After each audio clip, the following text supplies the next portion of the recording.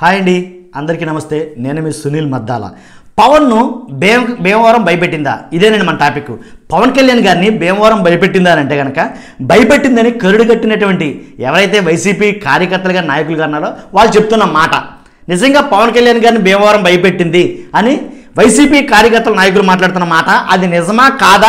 నిజంగా భీమవరం పవన్ కళ్యాణ్ గారిని భయపెట్టిందా ఏంటనేది మనం మాట్లాడుకోబోతున్నాం. వీడియోలోకి వెళ్ళే ముందు మనది ఏ వీడియో అయినా కానీ అందరికీ షేర్ అవ్వాలంటే 3 ఉంటాయండి. ఒకటి లైక్ చేయండి బాబు, లైక్ చేస్తే తర్వాత కామెంట్ చేయండి, షేర్ చేయడం మర్చిపోవద్దు. చాలామందికి తెలియాల్సిన విషయాలే నేను వీడియోలో మాట్లాడుతుంటా. జెన్యూన్ ఇన్ఫర్మేషనే, అవసరమైంది మాట్లాడతా, అవసరం లేని మాట్లాడడం, దాంట్లో డౌటే లేదు. కాబట్టి మీరు నిరభ్యంతరంగా షేర్ చేయొచ్చు, అలాగే లైక్ చేయొచ్చు, కామెంట్ చేయొచ్చు.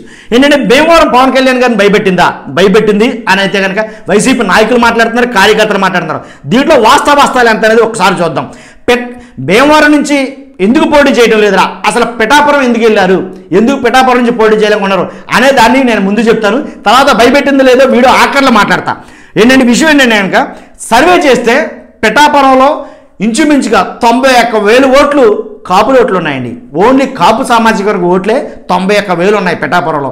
మరి అలాంటప్పుడు రాజకీయ నాయకుడు ఎవరైనా సరే, విజ్ఞత కలిగినటువంటి రాజకీయ నాయకుడు ఎవరైనా సరే ఎక్కువ తన సామాజిక ఓట్లు ఉన్న చోట వెళ్ళి పోటీ చేస్తారు. ఇది జగమెరిగిన సత్యం. ఎవరో కాదన్నా అవునన్నా కానీ ఎక్కువ ఓట్లు ఎక్కడైతే తన సామాజిక వర్గం ఉన్నాయో అక్కడికి వెళ్ళి పోటీ చేస్తారు. ఆ రకంగానే ఆ స్ట్రాటజీ వాడే అక్కడికి వెళ్ళి పోటీ చేయాలని డిసైడ్ అయ్యారు. ఎక్కడికి? పిఠాపురం.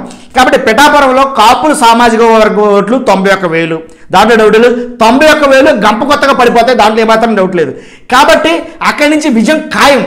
పిఠాపురం నుంచి గెలుపు చాలా ఈజీగా గెలుస్తారు. అంటే భీమవరానికి గెలవరా అంటే కనుక నేను భీమవరం గురించి తర్వాత మాట్లాడతాను అన్నాను, పిఠాపురం గురించి మాట్లాడతాను. పిఠాపురం గురించి అయిన తర్వాత భీమవరం గురించి మాట్లాడతాను. అలాగే భీమవరంలో పిఠాపురం గురించి మాట్లాడితే కనుక పిఠాపురం ఆల్రెడీ సొంత సర్వే చేయించడం జరిగింది. సొంత సర్వే, అదే పార్టీ సర్వే. ఆ పార్టీలో కూడా ఏం తెలియదండి కనుక 100% విజయం పవన్ కళ్యాణ్ గారిని భరిస్తుంది. ఎందుకంటే అక్కడ నియోజకవర్గం ప్రజలందరూ పవన్ కళ్యాణ్ గారికి చాలా ఇంట్రెస్ట్ చూపుతున్నారు. కాబట్టి పవన్ కళ్యాణ్ గారిని అక్కడి నుంచి అసెంబ్లీకి పంపడానికి డిసైడ్ అయిపోయారు అనేది కనుక చెప్పడం జరిగింది. కానీ ఏదైతే పవన్ కళ్యాణ్ గారు అక్కడ పోటీ చేయడం వల్ల, పిఠాపురం పోటీ చేయడం వల్ల ఇంకో 3 అడ్వాంటేజ్లు ఉన్నాయండి. ఏంటంటే పిఠాపురం పోటీ చేస్తే కాకినాడ రూరల్ పంతం నానాజీ, కాకినాడ రూరల్, అలాగే కాకినాడ ఎంపీ, అలాగే పిఠాపురం 3 గంప కొత్తగా 100% విన్నింగ్ సీట్లు అయిపోతాయి. దాంట్లో డౌటే లేదు పవన్ కళ్యాణ్ గారు రాకతో అనేది ఆయన ఆలోచన. కాబట్టి పిఠాపురం ఆయన వ్యూహం ఇది. పిఠాపురం పోటీ చేస్తే పిఠాపురంతో పాటు కాకినాడ రూరల్ కూడా విన్ అయిపోతుంది. ఎందుకంటే ఆయన అభిమానంతో పక్కన ఉన్నటువంటి పంతం నానాజీని కూడా గెలిపిస్తారు. కాబట్టి కాకినాడ రూరల్ గెలుపొందుతాడు.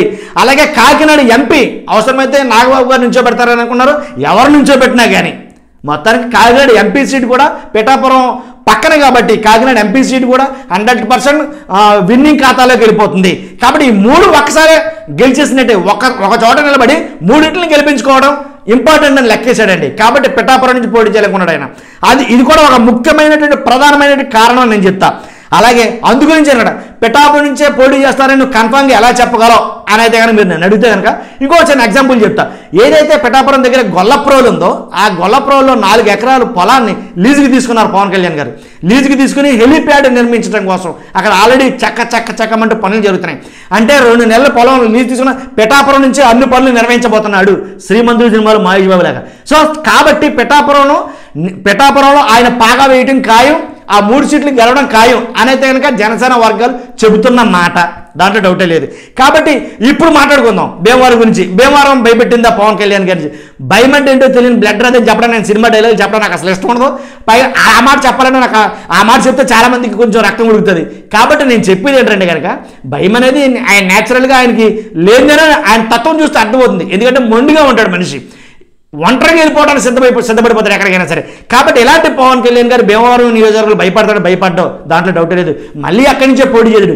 కానీ అక్కడ ఉన్నటువంటి మెరుగైన అవకాశాలు కాదని ఇక్కడి నుంచి పోటీ చేయడం ఎంతవరకు సమంజసం లెక్కేసాడు. పైగా భీమవరం ఆల్రెడీ జనసేన ఖాతాలో పడిపోతుందని అయితే సర్వేలన్నీ చెప్పినాయి.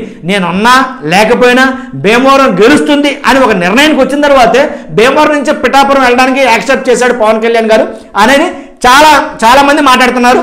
విశ్వసనీయ వర్గాల సమాచారం ఏంటిది. కాబట్టే భీమవరం నుంచి ఆయన పోటీ చేయడం లేదు, భీమవరానికి భయపడేది లేదు, ఏమీ లేదు. కాబట్టి ఆయనకి ఎక్కడైనా ఒకటే. కాదే భీమవరం నుంచి 100% మంచి క్యాండిడేట్ని అయితే కనుక అక్కడ బరిలో దింపబోతున్నారు. కాబట్టే అక్కడి నుంచి ఆయన కాకుండా పిఠాపురం నుంచి ఆయన పోటీ చేయడం అనేది జరుగుతుంది. అందువల్లే భీమవరం వెళ్ళిపోవడం జరుగుతుంది. భయపడి కాదు, ఇంకా వేరేదేమీ కాదు. కాబట్టి ఇక్కడ భీమవరం నిలబడినా సరే గెలుపు ఖాయం, దాంట్లో డౌటే లేదు. కాబట్టి ఎక్కువ అవకాశాలు, ఎక్కువ ఇంపార్టెన్స్ దేనికి అంటే కనుక తనతో పాటు ఇంకొక ముగ్గురిని గెలిపించడం కోసం అక్కడ పిఠాపురం నుంచి పోటీ చేస్తున్నాడు పవన్ కళ్యాణ్ గారు అనేది కనుక నా అభిప్రాయం. మీ అభిప్రాయం ఏంటో, మీ విలువైన అభిప్రాయాలు ఏంటో తెలుసుకోవాలనుకున్నాను. కామెంట్ చేయడం మర్చిపోద్దు. చూస్తున్న మీరు అందరూ కూడా లైక్ చేయండి, కామెంట్ చేయండి, షేర్ చేయండి. Thank you.